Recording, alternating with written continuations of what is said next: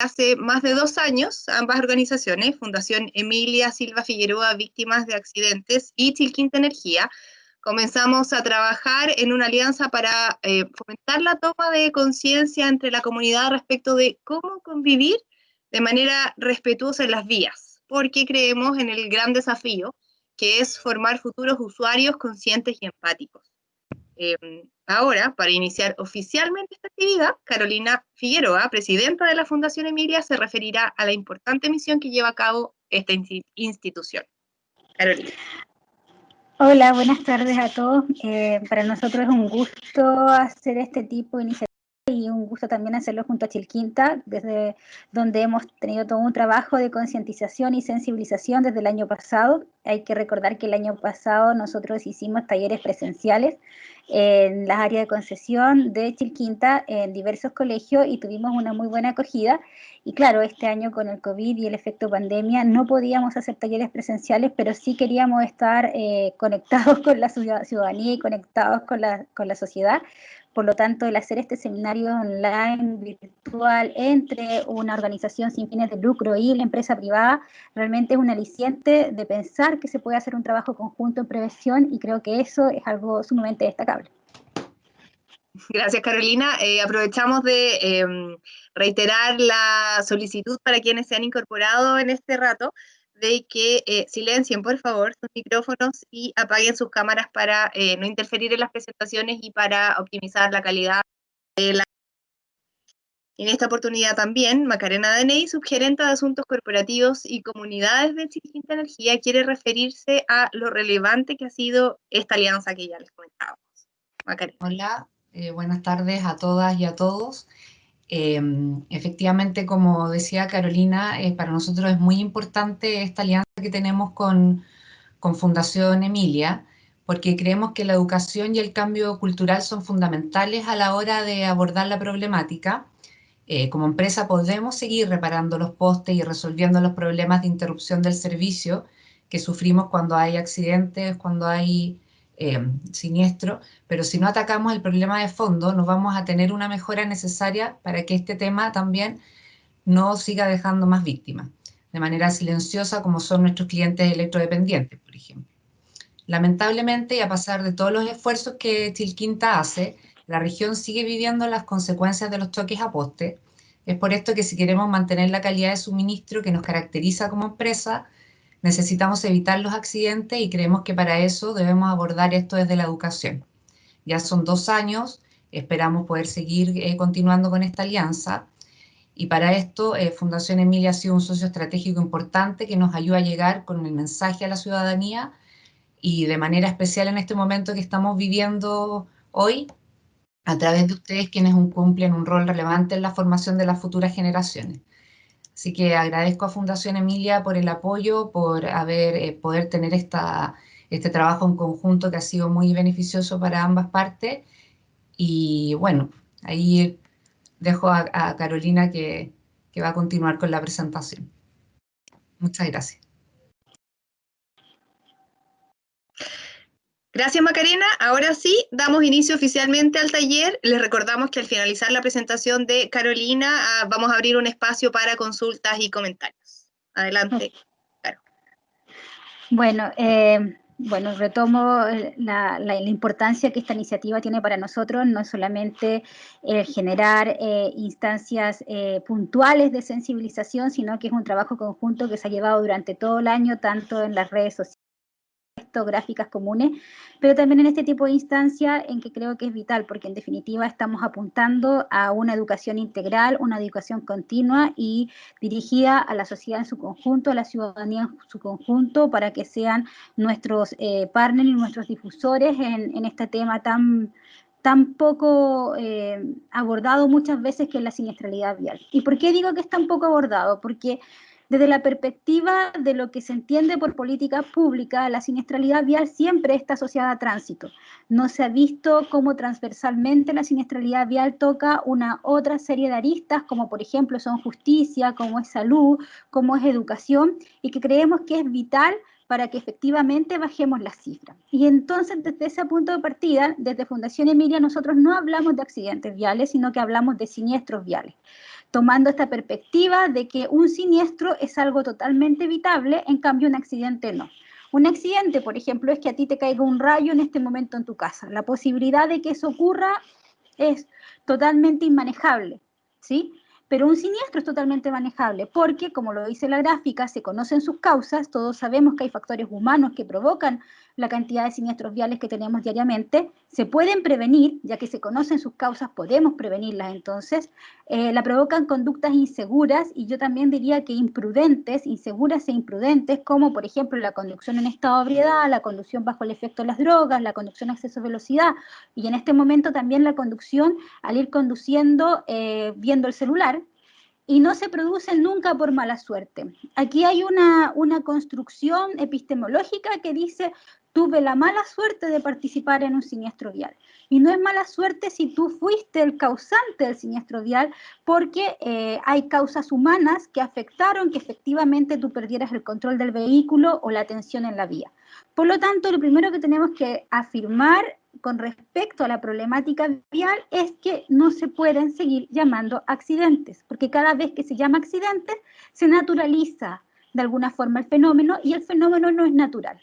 Dentro de esa lógica, en general en Chile existe la percepción de que los homicidios o los delitos violentos son mucho más altos que los siniestros viales. Y eso es de alguna forma queremos destruir con esta imagen que estamos proyectando ahora. Lo que ustedes están viendo en estos momentos es la tasa de homicidios versus la tasa de fallecidos por siniestros viales asociada a la base de cada 100.000 habitantes. Si se dan cuenta, la tasa de homicidios en Chile el año 2018 fue de 3.7. En tanto, la tasa de siniestros viales fue de 8.6. Fácilmente se puede leer entonces a través de esta gráfica que mueren más personas por siniestros viales en el país que por homicidios. Y les doy un dato no menor. Entre el año 2010 y el año 2019 fallecieron por homicidios en Chile 5.538 personas. Y en siniestros viales 15.847 personas. Entonces, si estamos diciendo que es un fenómeno cotidiano, que se reitera, que es repetitivo, entonces también está en nuestras manos y también en manos de las políticas públicas el entender la problemática vial como una política urgente en el país, como una política necesaria para efectivamente bajar la tasa de fallecidos que tenemos año a año. La siguiente, por favor. Dentro de esa lógica, también tenemos que llegar a un acuerdo en que las cifras que generalmente muestran Carabineros no son las cifras oficiales de fallecidos por siniestros viales. En esta gráfica ustedes pueden ver desde el año 2008 al año 2016 lo que se ha propuesto como cifra general de fallecidos por siniestros viales en la barrita azul, según parte de Carabineros. Según los partes de Carabineros, el año 2016 murieron 1.655 personas por siniestros viales. ¿Y por qué tenemos de nuevo una barrita naranja al lado con una cifra de 2.076?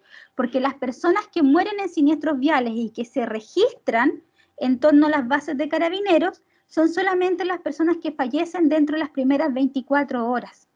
Hay un margen de personas que fallecen posterior de esas primeras 24 horas que registra el Ministerio de Salud, que ahora último está siendo un poco más rápido en la entrega de resultados con esto de la pandemia y el COVID, y que suben un 25 a 30% en la cantidad de fallecidos por siniestros viales, sin contar los lesionados graves, lesionados leves y los que no tienen lesiones. Entonces, en definitiva, esto es una problemática mucho más grande de lo que en general se ve y que ha sido llamada por la ONU y la Organización Mundial de la Salud como la epidemia silenciosa o la pandemia silenciosa. ¿Y por qué la pandemia silenciosa? Porque cada día, gota a gota, efectivamente tenemos fallecidos por este tipo de causas. Dentro de las principales causas quisimos poner los fallecidos viales asociados a la causa única del peatón. ¿Y por qué del peatón?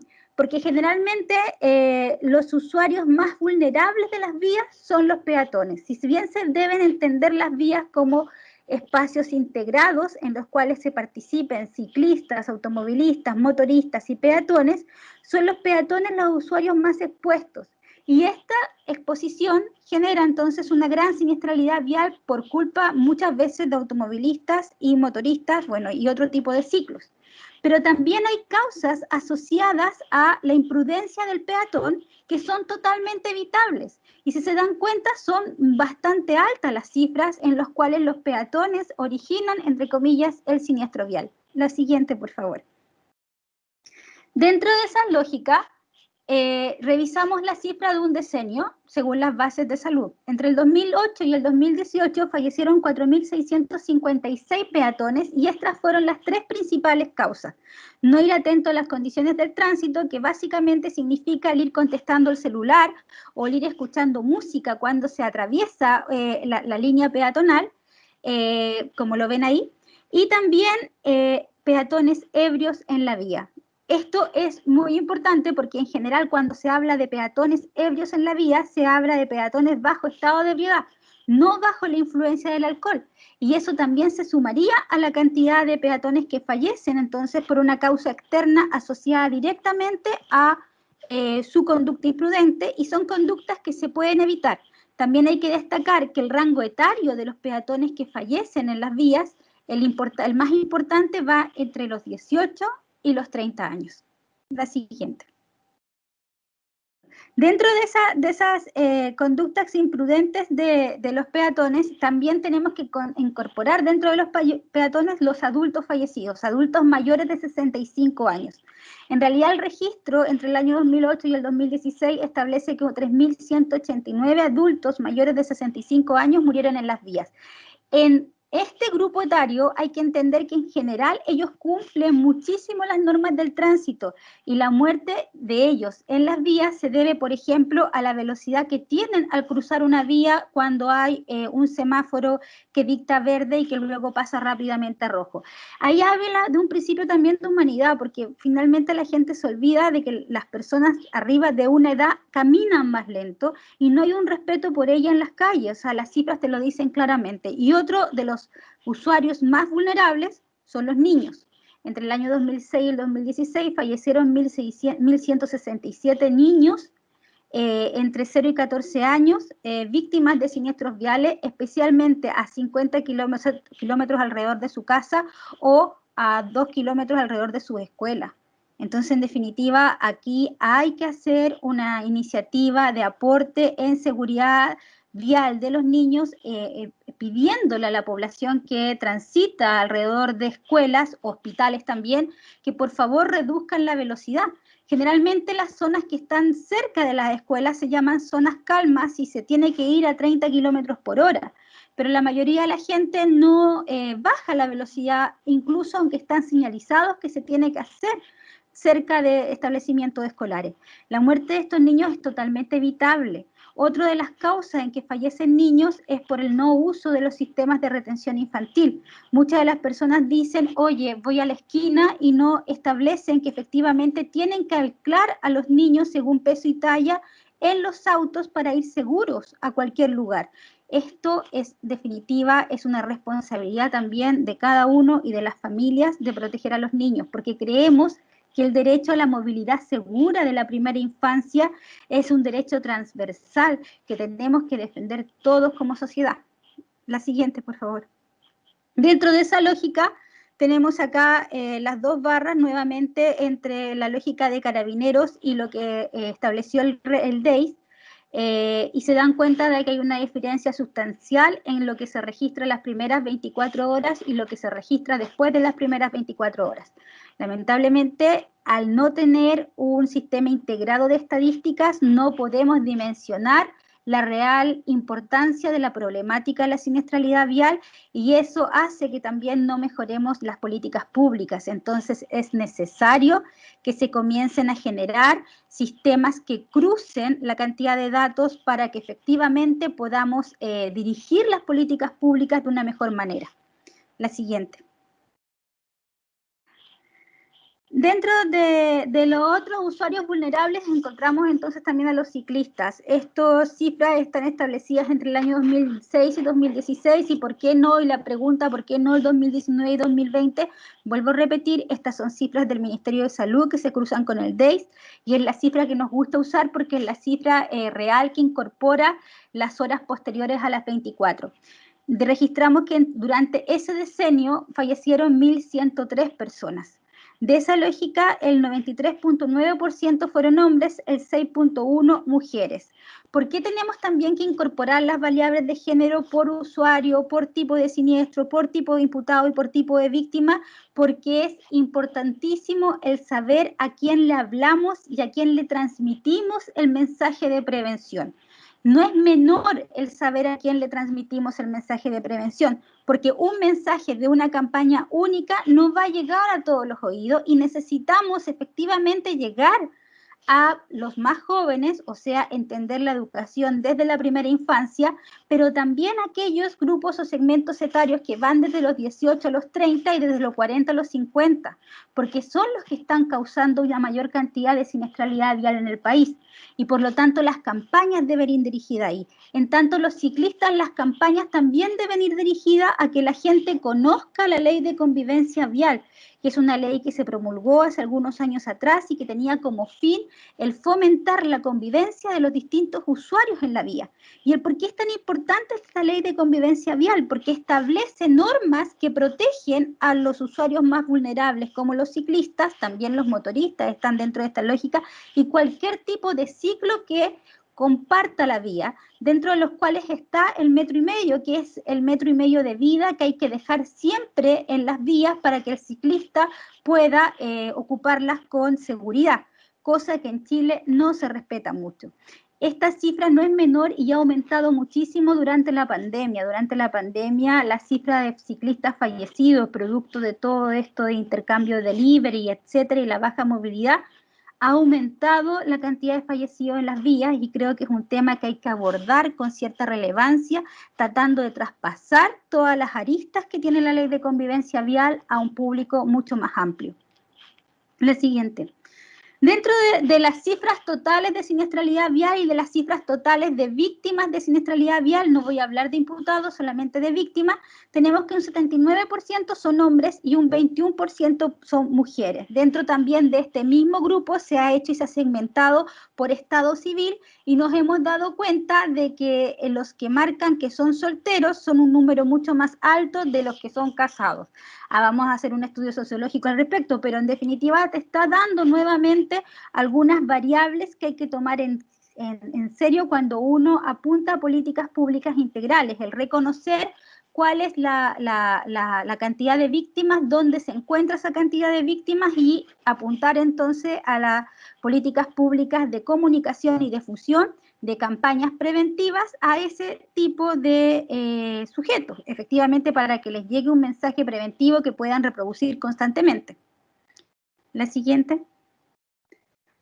Dentro de las cifras generales también encontramos que los siniestros viales que se producen en ciudad, que son un 84%, compiten con un 16% de zonas urbanas. Y aquí sucede un fenómeno bien extraño. Si bien en ciudad tenemos la mayor cantidad de siniestralidad vial, 84 versus 16, la mayor cantidad de mortalidad vial se da en zona rural.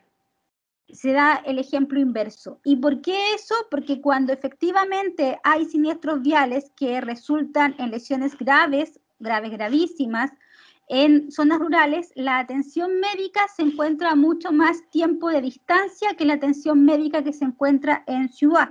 Por lo tanto, al hablar de siniestralidad vial y el hablar de seguridad vial y de comunidades vivas, resilientes, que se toman en serio la prevención y la urbanidad, tenemos que tomar en cuenta el factor rural versus urbano. Efectivamente, se tiene que hacer una inversión también en mejorar los servicios de atención en zonas rurales, teniendo en cuenta que fallece un mayor número según la tasa de población en zonas rurales versus las urbanas. Y dentro de esa lógica de las zonas rurales tenemos que hacer campañas de fomento, por ejemplo, de los instrumentos de visibilidad que puedan llevar los ciclistas cuando está oscuro, pero también tenemos que legislar y avanzar en tipificar la velocidad. En Chile, un dato que es no menor, solamente hay 3 delitos en la ley de tránsito asociados a pena privativa. Estos 3 delitos son resistirse a la alcoholemia, la fuga y la conducción bajo estado de ebriedad o efectos de las drogas. 3. Y existen 9 cuasidelitos. Ninguno de ellos incorpora la variable velocidad. Por lo tanto, efectivamente se tiene que avanzar a la velocidad con una pena privativa. Dentro de la lógica de la velocidad, la electrodependencia, bueno, y la zona de concesión de Chilquinta, la mayor cantidad de postes chocados en la región se deben a 3 causales: velocidad, estado de ebriedad bajo efecto de las drogas, y no ir atento a las condiciones del tránsito. Y el problema acá es que uno no ve el impacto que tiene a posterior efectivamente el choque de un poste. Uno ve y sobreentiende y puede sacar conclusiones como que es un poste y es un bien material, pero en definitiva las personas electrodependientes que están viviendo en función del suministro eléctrico se ven profundamente afectadas cada vez que se choca un poste. No solamente por los daños que generan en la infraestructura urbana, sino que también por los daños que se generan al estar en esas horas sin el suministro eléctrico. Por lo tanto, abordar el tema de la velocidad, abordar el tema de la prevención, abordar el tema de la conducción sin ir bajo el efecto de las drogas o el alcohol, es un tema también trascendental, no solamente para la infraestructura de una ciudad, sino que también pensando en todos aquellos usuarios invisibles, podríamos decirlo, invisibles de las vías, que se ven afectados por conductas imprudentes. Y aquí reitero lo que vimos en la primera lámina. Finalmente, cuando hablamos de siniestralidad vial, hablamos de hechos que son totalmente prevenibles, que son de causas conocidas y que efectivamente podemos ampliar nuestra empatía y nuestra responsabilidad haciendo posible que baje la cantidad de siniestros viales que provocan tanto daño no solamente en las vías, sino que también este daño invisible que se provoca al chocar un poste y al cortar el suministro eléctrico a un gran número de la población. A la otra, por favor. Dentro de esas lógicas y dentro de las lógicas de la incorporación de leyes que regulen la responsabilidad en el tránsito, una de las más conocidas es la ley 20.580 o ley llamada tolerancia cero. Fue una transformación legislativa que se promulgó el año 2012 luego de un gran trabajo que se hizo desde organizaciones civiles y también desde un mensaje presidencial del Ejecutivo, y en la cual se modificaron las graduaciones alcohólicas. Y aquí yo me quiero detener, porque generalmente cuando uno habla de ley tolerancia cero, la gente piensa que efectivamente comienza en 0. Pero la ley tolerancia cero en Chile no comienza en 0. La ley tolerancia empieza en 0.3 y va hasta 0.8. Dentro de esa graduación alcohólica, 0.8 hacia arriba, se va bajo el estado de ebriedad. Antes de la ley tolerancia cero, esta graduación no existía y solamente había un componente para entender el estado de ebriedad, que era ir sobre 1.0. ¿Se imaginan lo que es conducir un auto sobre 1.0? Cada vez que se conduce un auto bajo el efecto de las drogas o alcohol, disminuyen las posibilidades de reacción frente a un siniestro vial. ¿Qué significa que disminuyen las posibilidades de reacción? Que efectivamente uno anda más lento. Cada segundo que uno pierde en reaccionar es una cantidad de metros que avanza el automóvil y que efectivamente genera mucho más daño mientras más te remores en frenar el vehículo. Entonces, era necesaria esta ley en el año 2012, pero yo no sé si es tan necesario seguir manteniéndolo. Yo creo que aquí hay que avanzar en la legislación y comenzar en una diferenciación única, como lo han hecho otros países de la OECD, reformar la ley de tolerancia cero y comenzar en 0.3.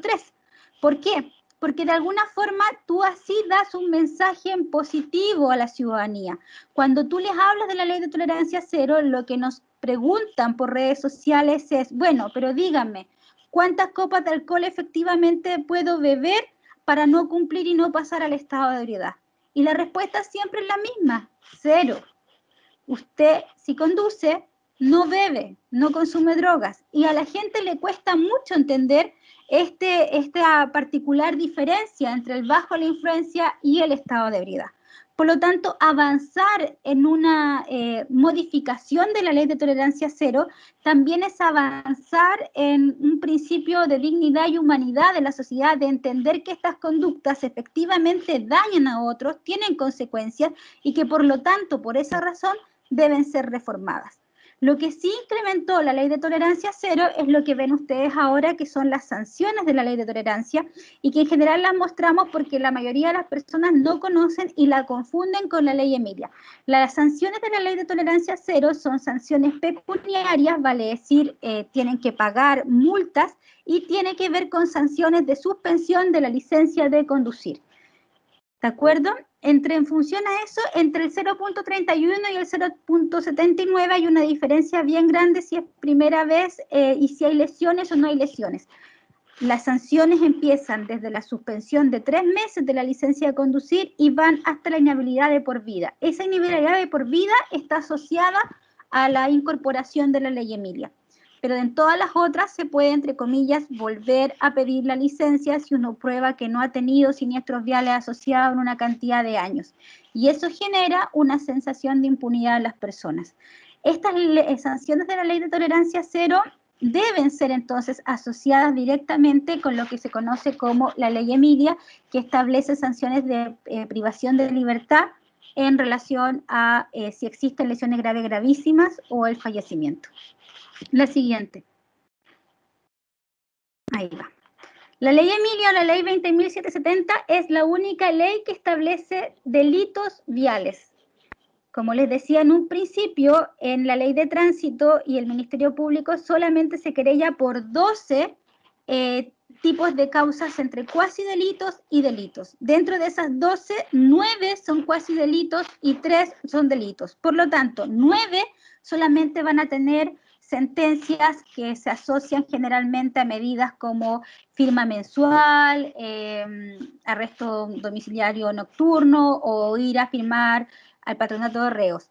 3 de esos están asociados a una pena privativa, que es la ley Emilia, que es la conducción bajo estado de ebriedad o estupefacientes con resultado de lesiones graves gravísimas, que va desde una pena de 3 a 10 años con un año mínimo de prisión efectiva. El delito de fuga, que va de 3 a 5 años con un mínimo de un año de cárcel efectiva, y negarse a realizar la alcoholemia, que es un delito que establece una periodificación mucho más baja de condena. Lo que es importante aquí, y es por lo que hacemos todo esto, es entender que el pedir o el deseo de pedir justicia o el pedir tipificaciones de algunas conductas de siniestralidad vial no tiene que ver con un principio de venganza, sino que tiene que ver con un principio de acceso a la justicia y de alguna forma disminuir el sentido de impunidad que muchas de las víctimas de siniestros viales vivíamos. Cuando se promulgó la ley Emilia, en nuestro caso, en el caso de la Emilia, el imputado fue sancionado a 2 años de firma mensual. ¿Y por qué menciono esto? Porque muchas veces nos encontramos con que nos dicen la ley debería ser mucho más dura o la ley efectivamente debería sancionar mucho más años con prisión efectiva.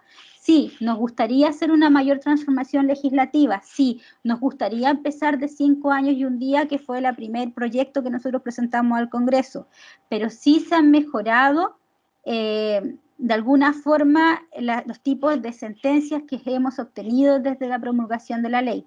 Ya no obtenemos tipos de sentencia que son 2 años de firma mensual o un lápiz Bic, eso fue lo que le costó al imputado, como fue en nuestro caso. No es lo óptimo, podríamos discutirlo y creo que sería relativamente asentado como una realidad que en definitiva tenemos que avanzar a la reformulación y a la promulgación de muchas otras leyes en el tránsito, pero creo que es una base desde donde tenemos que construir. Es una base desde donde tenemos que construir, por ejemplo, una tipificación para el exceso de velocidad, una tipificación para las carreras clandestinas que también se están dando frecuentemente en la zona, especialmente en la Ruta 68 y lo que se conoce como las rutas de Villa Alemana y Quilpué. Y creo que avanzando también en una legislación punitiva de alguna forma un poco más fuerte, también se tiene que entender que la ley por sí sola no funciona. La ley necesita educación vial, necesita campañas de comunicación en prevención, necesita fiscalización, que es algo que también creemos que es necesario y que no hemos visto reflejado mucho durante este último tiempo y menos durante el periodo de pandemia. Todas estas aristas juntas, difusión, educación, sanciones, fiscalización, funcionan y dan resultados, como es uno de los casos más exitosos, el caso francés, en los cuales después de 30 años efectivamente pueden tener cifras que son muy interesantes para analizar el impacto de una política pública vial con resultados evidentes, pero también con un presupuesto y una disponibilidad de todos los actores de hacer estas transformaciones presentes. Aún así, a la siguiente, por favor. Los resultados de la aplicación de la ley Emilia a través de las cifras del Ministerio Público, y aquí quiero ser súper clara, hemos tomado todas las causas que han ingresado al Ministerio Público asociado con imputados desde el año 2014 hasta el año 2019, y podemos decir que ha disminuido en un 50% la cantidad de víctimas asociadas a conducción bajo estado de ebriedad.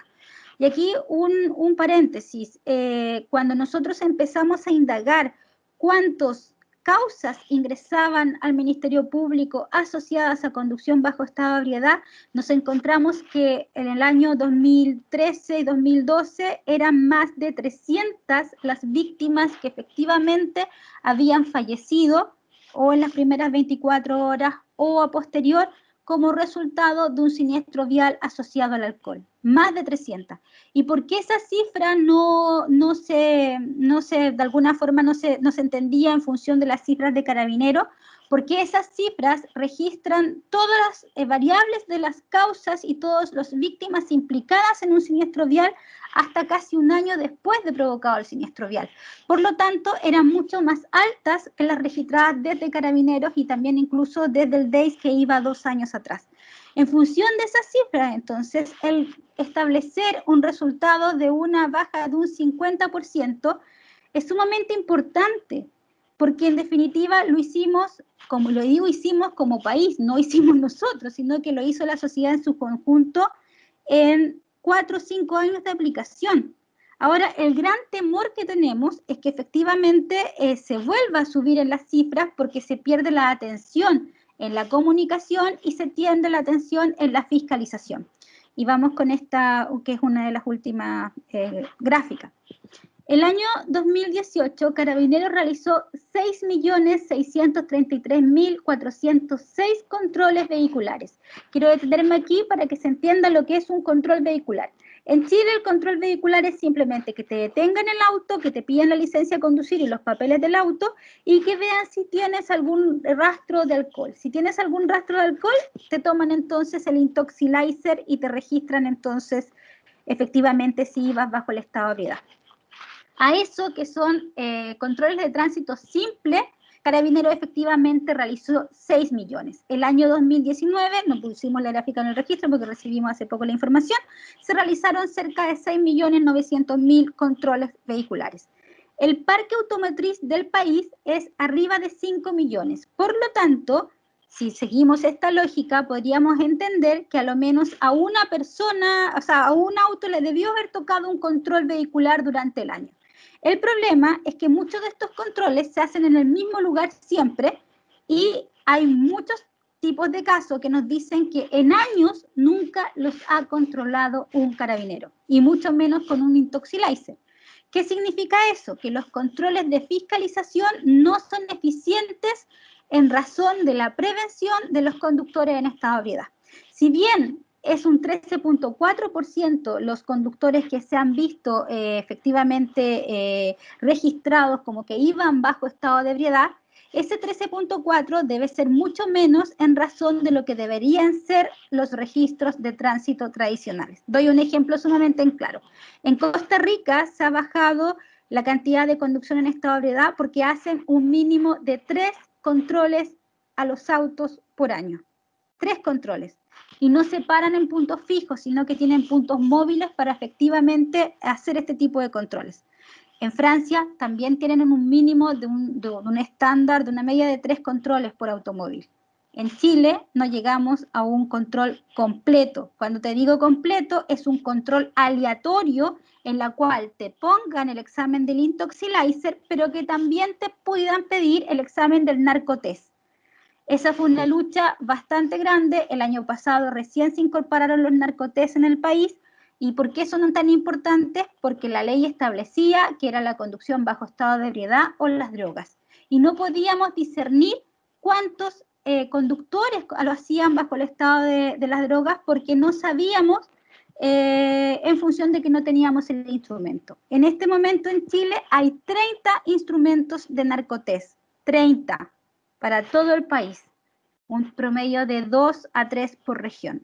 Evidentemente, el tener 30 narcotests en el país también es insuficiente. Para que una fiscalización sea eficiente, se tiene que aumentar efectivamente la cantidad de instrumentos.